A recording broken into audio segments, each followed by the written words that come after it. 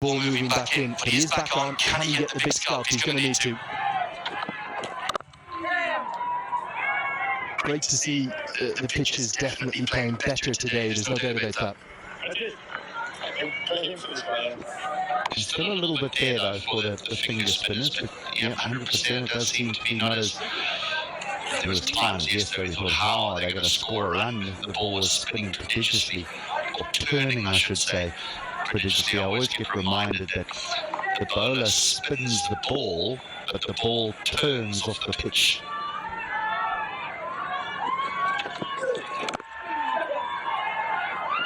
Some hilarious vernacular in our sport, isn't there? Pitches and wickets and stumps and bails, and then you add in the slang that the terms are used for. You almost need a dictionary just for cricket terms, let alone the full language.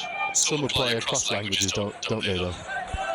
Yeah, I think sometimes as broadcasters we get it wrong. We implement our own slang, and the person at home thinks, what on earth are they talking about? I've heard the pitch referred to as a runway.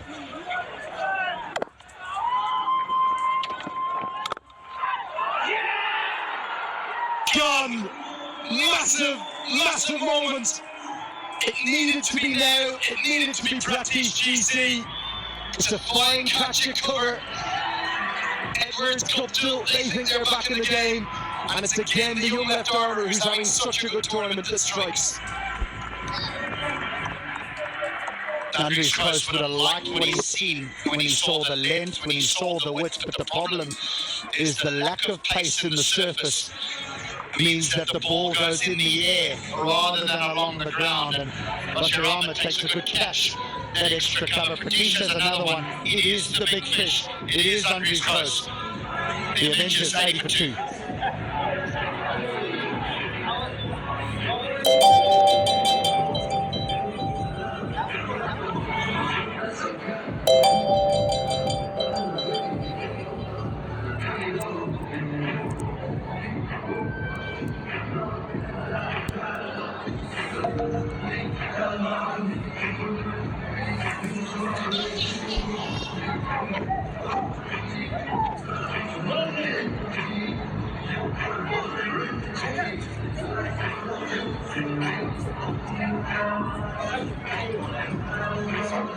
Well, we haven't seen this middle order tested too much, and here's a young man who's striding to the wicket in his first game in the tournament, and he must be saying, where am I and what am I going to do here? He's got a 2-year deal with Warwickshire County Cricket Club in the UK. Here comes Zen Malik. What a time to come in. Again, ordinarily you would look at the run rate required and think, well, they should do this at a canter. Some good catches from Bashir Ahmed because it's hit powerfully by Andrews Close.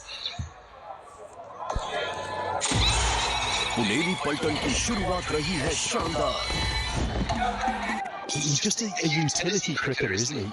Bowls good left arm spin. I thought he batted nicely.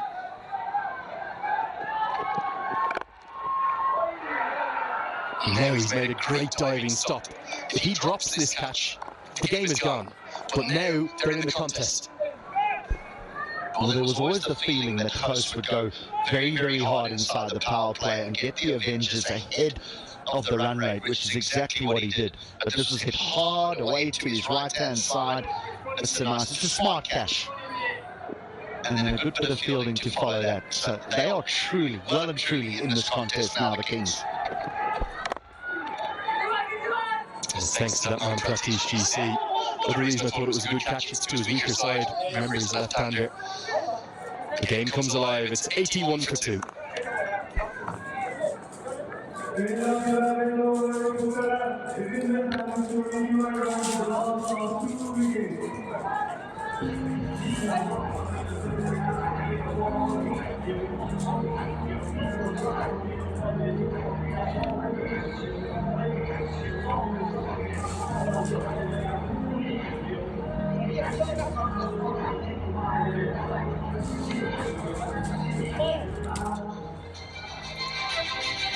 It's Lamachani v Bertel today in what is really, not mathematically, but very much from a playoff picture, feels like a must-win for both teams. Both have played 4, won 1, lost 3. And you just sense that whoever wins today might just be able to sneak in and take that fourth spot. And Ramachani gets himself back into the attack now for his third over. Just kept the fraction low. Have you been able to identify, Hilton, as to why the leg spinners haven't had the success that the finger spinners have had so far in this tournament? Well, number one, I think it's the pace that the leg spinners bowl at compared to the finger spinners. And the other thing is that I think, so when they miss their length, if it's short, batters are able to get back and play cross-batted strokes.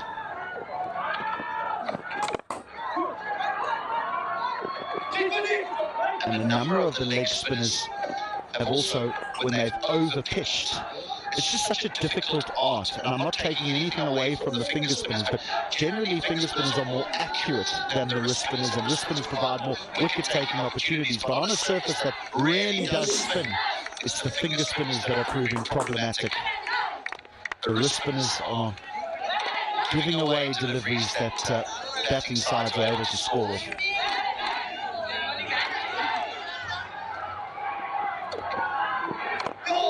Good duty. Malik wanted to face Ramachani before the first sight of him. In comes Karangan. That's our Omada car. Salient features. Fastest growing car brand in the world.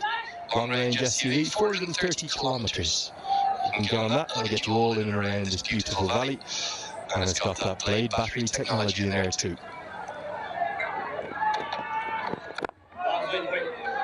You just sense, even if they don't lose wickets here, the Avengers, 2 or 3 tight overs, that run rate required, it was barely a run a ball. It could get to 8 or 9, and we found all sides find that difficult throughout the competition, really.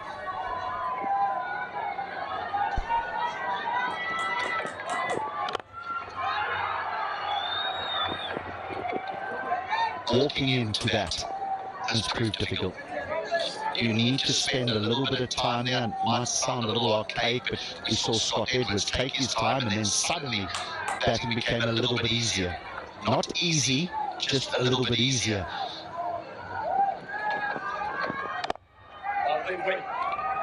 Little perplexed by the decision to come around the wicket slowly for Bertel, but just 4 singles from the over. It's a good one from Ramachani. It's 85 for 2.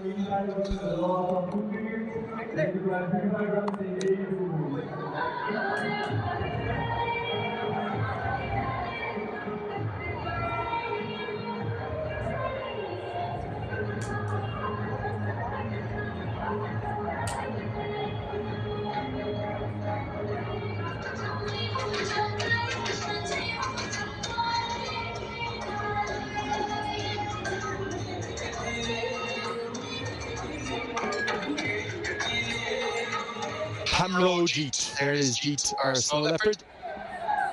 Absolutely raising awareness about the plight of one of the most beautiful animals in the world, found up here in the Himalayas. They're doing a great job getting the crowd going. Pratish GC to continue. Zen Malik's a fascinating one at the non-strikers end, isn't he? You'd look at his career numbers and you say, how's he kind of ended up here? How's he got this gig? But he's a young cricketer from Staffordshire, thought of with great repute through the South Asian Cricket Academy system, which has been, I think it's in place for about 5 or 6 years now, and is probably a dozen or maybe close to 2 dozen cricketers who've gone on to get professional contracts from that. They take players at sort of 23, 21 to 24 and give them a second chance if they've missed out through the county underage systems. But he's only actually played 2 full first-team games for Warwickshire, where he's got this 2-year contract now. How much is this occasion going to get to him? Probably the biggest stage he's ever played on by a distance. Someone's obviously seen something. And I like it. I like a scout may have seen him and said, well, you know what, I fancy this guy. You think of the selection of Jacob Bethel for England, you know, a handful of games. And all of a sudden, thrust into a test match, looks very much at home in the test arena. I love what they're doing there with the Asian community as well, and because I think particularly a place like England, and I would imagine a country like India, is that is there a place for the late developer? because if you're not on those pathways at a young age, sometimes people they never see you. Full toss again. It's Bashir Ahmed. This time he can't stop it effectively enough. Yeah, I come both from playing and a coaching background, coaching and mentoring coaches, and it's something that they're trying to do more of, but it's so difficult because kids in the system get all the advantages, don't they? They get all the benefits of coming up through the pathways, 11s, 13s, 15s, 17s, 19s. You do get a drop-off, both in terms of young male and female cricketers going off to do other things in their life. Bolden chopped it on. Patish GC yet again. Malik's a bit unlucky because it's kept low, hasn't it? The Kings are well and truly in this contest. Let me assure you that. Well, the left arm has been extremely accurate with his line. Is that he hasn't allowed the right-handers room. They've had to create their own room. And by doing so,